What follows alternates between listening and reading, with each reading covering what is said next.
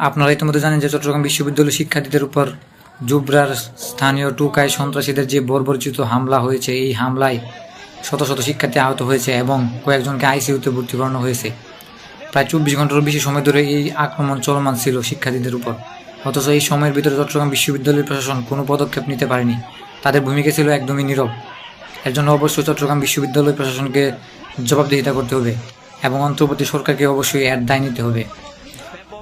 আমরা লক্ষ্য করেছি যে বিভিন্ন সময় চট্টগ্রাম বিশ্ববিদ্যালয়ের 1 নং গেট এবং 2 নং গেটে সাধারণ ঘটনাকে কেন্দ্র করে স্থানীয় জনগণ এবং শিক্ষার্থীদের মধ্যে একটা দ্বন্দ্ব সবসময় হয়ে আসতেছে এবং বিভিন্ন সময় দেখা যায় যে রিক্সা চালক এবং সিএনজি ড্রাইভারদের সাথে একটা ভাড়া নিয়ে একটা দ্বন্দ্ব সবসময় চলমান থাকে।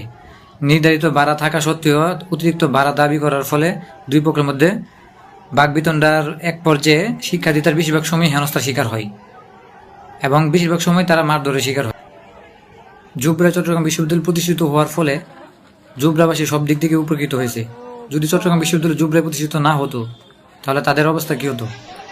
তাদের হয়তো পাহাড়ে কাঠ লাকড়ি সংগ্রহ করে তাদের জীবিকা নির্বাহ করতে হতো, ঘাস লতা পাতা খেয়ে তাদের জীবন ধারণ করতে হতো। অথচ বিশ্ববিদ্যালয় হওয়ার কারণে তাদের বিশ্ববিদ্যালয় ছিল তাদের কাছে আশীর্বাদ স্বরূপ।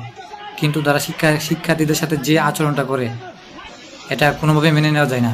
বিভিন্ন সময় শিক্ষার্থীরা পাহাড়ে ঘুরতে গেলে বা তারা বন্ধু বান্ধব নিয়ে পাহাড়ে ঘুরতে গেলে বিভিন্ন সময় ডাকাতি, হয়রানি, ছিনতাই এইসব ঘটনা শিকার হয়, আর এগুলো করে হচ্ছে স্থানীয় জনগণ। এই সমস্যার কোনো স্থায়ী সমাধান আমরা এখনও পাইনি। চট্টগ্রাম বিশ্ববিদ্যালয় প্রশাসন এখনও এই সমস্যার কোনো সমাধান দিতে পারেনি। তো আমরা চাই এই সমস্যা যেন দ্রুত স্থায়ীভাবে সমাধান হয় এবং ছাত্রদের যে দাবিগুলো তারা উপস্থাপন করেছে এই দাবিগুলো যেন মেনে নেওয়া হয় এবং এই ক্ষেত্রে অন্তর্বর্তী সরকারকে অবশ্যই সঠিক পদক্ষেপ নিতে হবে যেন এই সমস্যার দ্রুত সমাধান হয়।